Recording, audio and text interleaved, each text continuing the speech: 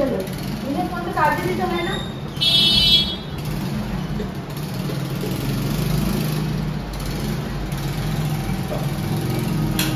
সব কাজে আমার মনে মনে করে দিতে হবে না। গুড মর্নিং বন্ধুরা, আশা করছি তোমরা সকলেই খুব ভালো আছো। আমিও খুব ভালো আছি। সকাল সকাল স্নান হয়ে গেছে, পুজো হয়ে গেছে, আর আজকে কোনো রান্না বান্না হয়নি, কারণ কালকে আমার মা এতটাই খাবার দিয়েছে, এত লুচি ফুচি আছে। তনু বললো কি যে ওইগুলোই খাওয়া হয়ে যাবে, আর ভাত ফাত রান্না করতে হবে না, সেই জন্য আমাদের কিছু রান্না হয়নি। আর কি আছে? ডাল আছে না? ডাল আছে, লুচি আর এই, আর একটা আম বার করে নেবে। আর তরকারিটা আর ডালটাকে একটুখানি গরম করে নিয়ে, হ্যাঁ লুচিটা নিয়ে চল, আর এইগুলো একটু গরম করে নিয়ে আজকে এখন খাওয়া হবে। আর তনু বললো কি যে ভাত করতে হবে না, ভাত খেতে ভালো লাগে না। আর আমি তো এমনিতে ভাত খেয়ে যাই না, এক একদিন যে সময় থাকে ভাত খাই, আর যেদিনকে সময় থাকে না সেদিনকে ভাত খাই না। তো ওই জন্য আজকে আর ভাত হবে না। আর এই তরকারি পাত্রগুলো একটু গরম করে নিয়ে এইগুলোই খাওয়া হয়ে যাবে। কে হুয়া ধর কে আবার হবে?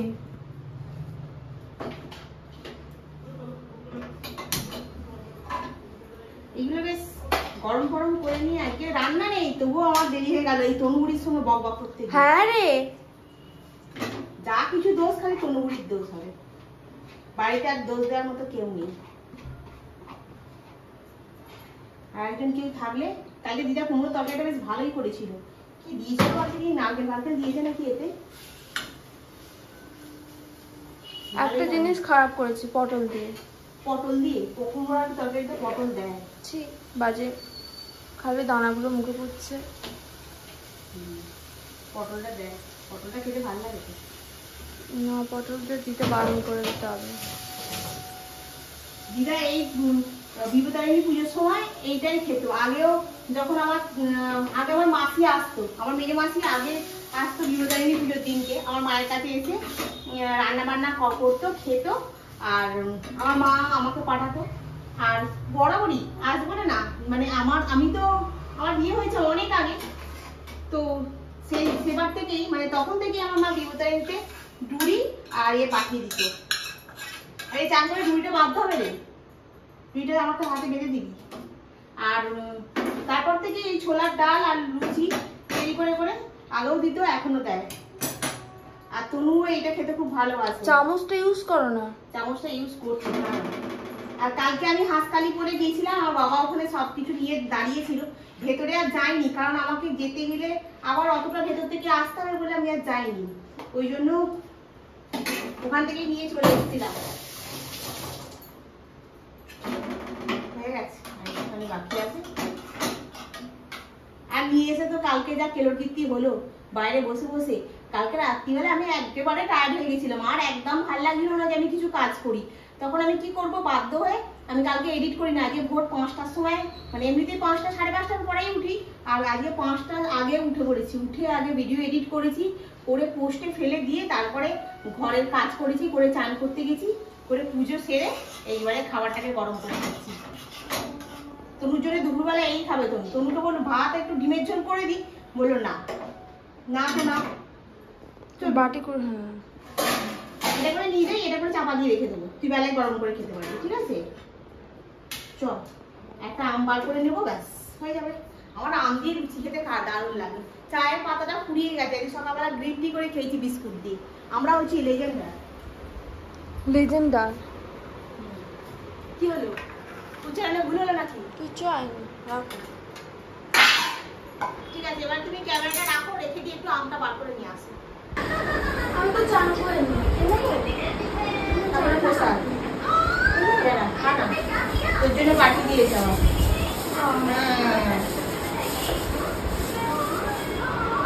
সন্দেশ আছে, এই যে। কি 3টে কেন দিয়েছে? গোপালের জন্য? হ্যাঁ, গোপালের জন্য। গোপালকে তার চান করে বেঁধে দিবি, তোকে বললো গোপালের জন্য? গোপাল বিপদারিণী হইতে পারবে, তুই বলিস শোনায়।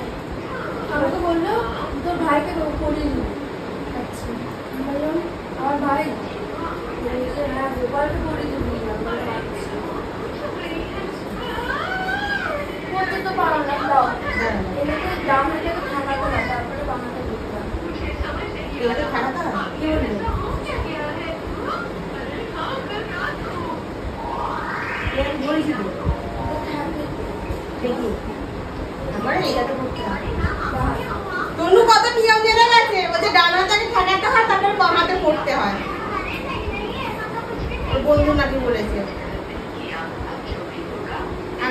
জানি না ভাই, আমি এই পুজোটা কোনোদিন করিনি তো। আর ছোটবেলা থেকে মা করতো দেখেছি, কিন্তু এতটা নিয়ম কানুন তো তখন শেখার মতো বয়স হয়নি না, তার আগেই আমি বেরিয়ে গেছি।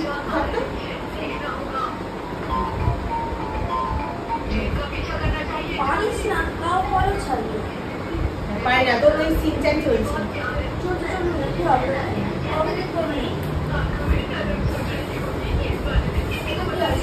সন্দেশ আছে, আমি এখন খাবো না, আমি এটা রেখে খাবো। পেটে পুরো পেটে খুলে পুড়ে ফেলে।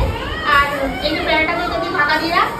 আর এইটা ঠাকুরের, এটা ঠাকুরের জায়গা আমি রেখে দিয়ে যাচ্ছি, তুই চান করে গোপালকে একটা বেঁধে দিবি আর তুই একটা বেঁধে দিবি। হ্যাঁ, সব বিপদ থেকে রক্ষা করো, সকলকে ভালো রাখো, সুস্থ রাখো, এই কামনাই করি। 9টা বাজতে এখন কত মিনিট বাকি নেই, বেশি বাকি নেই।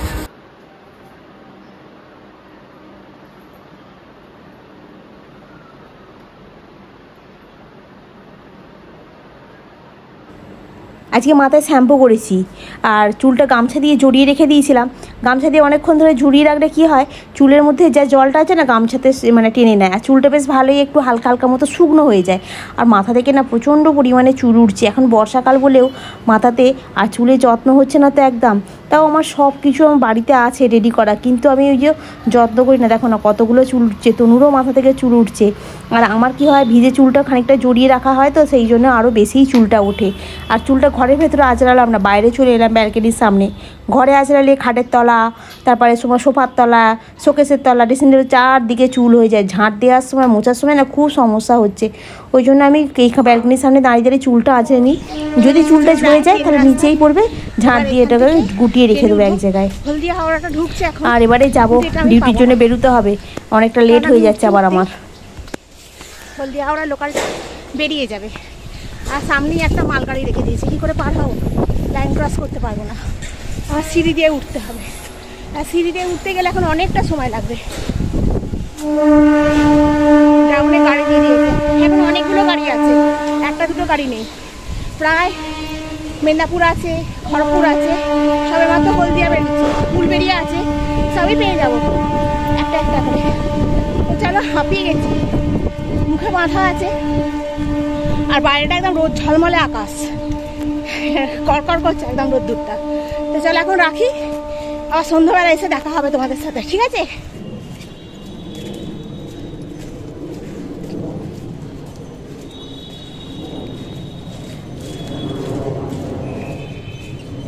তোমাদেরকে বললাম হলদিয়া লোকালটা পাবো না, কিন্তু হলদিয়া লোকালটা পেয়ে গেছি। এত আস্তে আস্তে আসছে, সাইকেলের থেকেও ধীর গতিতে।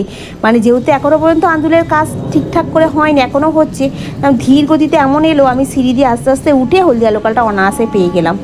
আর এই চলে এসেছি একদম আমার অফিসের সামনে। আর এখানে দেখো না বাইরেটা এত রোদ্দুর, কি বলবে, এখন বাজে 9:30, কেউ বলবে মনে হচ্ছে যেন 12টার সময় রোদ্দুর উঠেছে। আর একদম কাছাকাছি চলে এসেছি, এবারে সেন্টারে গেট দিয়ে ঢুকবো। মোটামুটি সমস্ত স্টুডেন্টই এসে যাবে, কারণ যেহেতু 9টা থেকে ব্যস্ত আমার, সবাই প্রায় এসে গেছে। আর ওরা এসে একটু প্র্যাকটিস করে, তারপরে আমি গিয়ে ব্যাগ খাতা রেখে তারপরে দেখাতে শুরু করি। এই সেন্টারে ঢুকছি, এখানে কাউন্সিলিংয়ের জন্য সামনে কিছু গার্জেন এসছে আর স্টুডেন্ট বসে আছে, ফর্ম ফিল আপ হচ্ছে ওদের। এখন আমি এখান থেকে মানে দেখতে পাচ্ছি কাছের ভেতর থেকে। এই দেখো কি অসুবিধা হচ্ছে যাতায়াতের সময়। তনুরি দাঁড়িয়ে আছে গেটের সামনে, আমি সিঁড়ি দিয়ে উঠছি। টুকি টুকুরি কি করছি? টুকুরি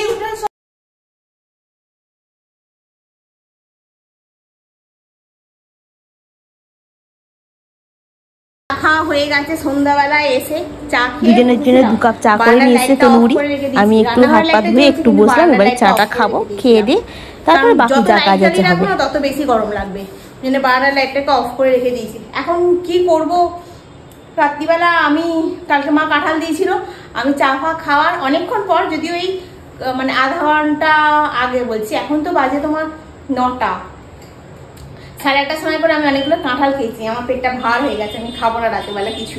কাঁঠালগুলো নাহলে নষ্ট হয়ে যাবে, কে খাবে, কেউ খাবে না, তো কাঁঠাল খায় না। আমার বাড়িতে থার্ড পার্টি কেউ নেই যে কাঁঠালটা খেয়ে সে খাবে, আমি খাবো, দুজনে খাবো, সেরকম কেউ নেই, আমি একাই। আমি কাঁঠাল খেতে ভালোবাসি, আম খেতে ভালোবাসি, সেই জন্য কাঁঠালটা আমি অর্ধেকটা খেয়েছি, এখন অর্ধেকটা আছে। রাতেবেলা আমি কিছু খাবো না, তোমাকে একটু স্মুদি বানিয়ে দেবো, ও খেয়ে নেবে। কলা আছে, কলাগুলো কালো কালো হয়ে যাচ্ছে। দুধটাও গরম করে নিয়েছি তার ফাঁকে। ভিডিওটা বসে বসে এডিট করছিলাম, একটু তাড়াতাড়ি ঘুমিয়ে পড়বো, কারণ কালকে রাত্রিবেলা ওখানে বসে বসে কালকে শরীরটা খুব খারাপ লাগছিল, খুব তাড়াতাড়ি ঘুমিয়ে পড়েছি। ভিডিও এডিট হয়নি বলে অনেকটা ভোরবেলা উঠেছি, এই জন্য আজকে একটু ফাস্ট ঘুমিয়ে পড়বো। তো চলো, তনুকে একটুখানি দুধটা গরম হয়ে গেছে অনেকক্ষণ আগেই, ওই দুধটা হয়ে গেছে, মানে একটু ঠান্ডা হলে তবেই তো মিক্সিতে দিতে পারবো না। গরম দুধ মিক্সিতে দিলে তো মিক্সিটাও তো যাবে 12টা বেজে, ওই জন্য গরম দুধটা বলে একটু ঠান্ডা হোক করে দিচ্ছি তোকে বলে। ও এখন পড়ছে বলতে বিছনা সোফার উপরে বসেছে, খাটের উপরে পাটাটা তুলেছে, স্টিলের খাট তো, ওর উপরে সোফার উপরে বসে আর স্টিলের খাটের উপরে চাপ দিলে না ওটা আস্তে আস্তে গজে যাবে। আমাদের আলনাটাও সেম হয়েছে, আলনাটার মধ্যে সেই আমরা দড়ি খাটাতে পারতাম না তো, মশারির দড়ি ওইখানে আলনাটা ছিল, মশারির দড়ি খাটাতে পারতাম না, ওর মধ্যে টেনে টেনে টেনে টেনে মশারির দড়ি খাটিয়েছি। দিনে দিনে দিনে দিনে দিনে দিনে থেকে থেকে ওই জায়গাটা ছেড়ে গেছে, ঝালাইটা ছেড়ে গেছে। আর আলনাটাও সেম, খাটটাও সেম হয়ে যাবে, ওখানে যে দীর্ঘদিন ধরে চাপ দিয়ে বসা হয় না, ওটাও ছেড়ে যাবে, কিছু করা যাবে না। আর এগুলো ছেড়ে গেলে আমাকে এখন আবার টাকা খরচা করে নিয়ে যেতে হবে ঝালাইয়ের জন্য। আমি বলি একটুখানি বুঝে শুনে চললে কতটা ভালো হয়, তাই না?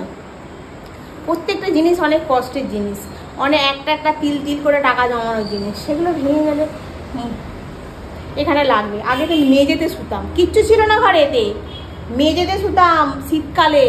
শীতকালে ঠান্ডায় একটা আমার বোন একটা দিয়েছিল, ওই একটা লেপ দিয়েছিল, সেই লেপটা আমি পেতে নিচেতে শুতাম। কিচ্ছু কোনো ফার্নিচার আমি করিনি তখন। তারপরে তনু আসার পর তনুও বেচারি মেঝেতে শুচ্ছিল, দেখে শুনে আমি বলি তাহলে একটা খাট কিনি।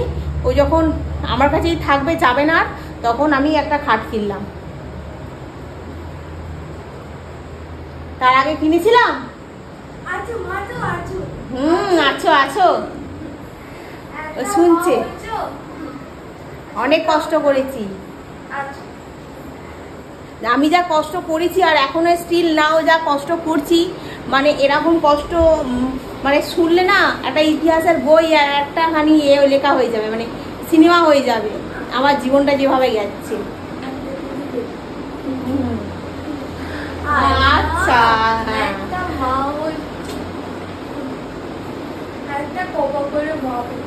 হ্যাঁ সেটাই বল, অনেক কষ্ট করেছি গো। আর একটা এগুলো সব একটা জিনিস আমি নিজের জন্য কিন্তু কিচ্ছু করিনি, আমি সব এর জন্যই করেছি। কারণ এখানে থাকে, এর বন্ধু বান্ধবরা আসবে, বলবে তোদের বাড়িতে কিছু নেই, তোরা মেঝেতে শুস, এই জন্যই আমি একটা পয়সা জমি করি।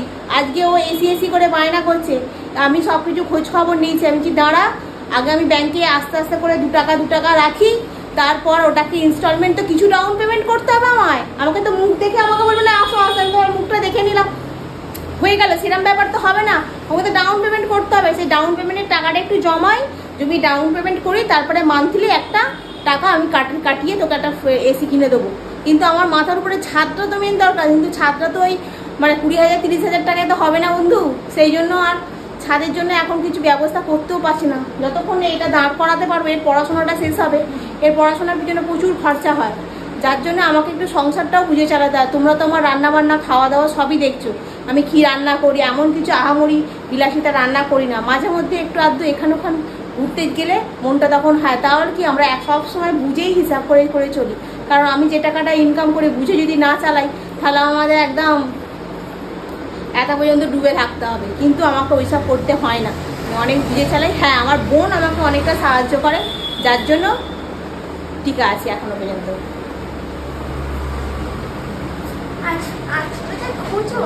বলে না মানুষের একটা দিক বন্ধ হয়ে গেলে আর একটা দিক খুলে দেয়, সেটা হচ্ছে আমার একটা দিক বন্ধ হয়ে গেছে ঠিক কথা, কিন্তু ভগবান কাউকে না কাউকে একটা দিককে সহায় করে, সেরকমভাবে আমার একটা দিক সহায় করেছে আমার বোন। সেই জন্য ওর প্রতি সারা জীবনই কৃতজ্ঞ থাকতে হবে, ওর প্রতি বেইমানি করলে ভগবানও ক্ষমা করবে না। তো চলো বন্ধুরা, ওকে একটু স্মুদি বানিয়ে দিই। আর আজকে আমি জামা কাপড় তো সেরকম কিছু সকালবেলা কাছাকুচি হয়নি, খালি নাইটি ফাইটি করেছিলাম, ওগুলো খালি ওখানেই আছে থাক, ওগুলো সকালবেলা করবো, আমাকে গোছাতে আজকে হবে না। আর আসার সময় একটা বাঁধাকপি কিনে নিয়ে এসেছি, কালকোটা রান্না হবে, ব্যাস এই হলো কাজ। তো চলো আজকের ব্লগটা আমি এখানেই শেষ করছি, নেক্সট ব্লগে আবার তোমাদের সঙ্গে দেখা হবে। তোমরা ভালো থেকো, সুস্থ থেকো, গুড নাইট।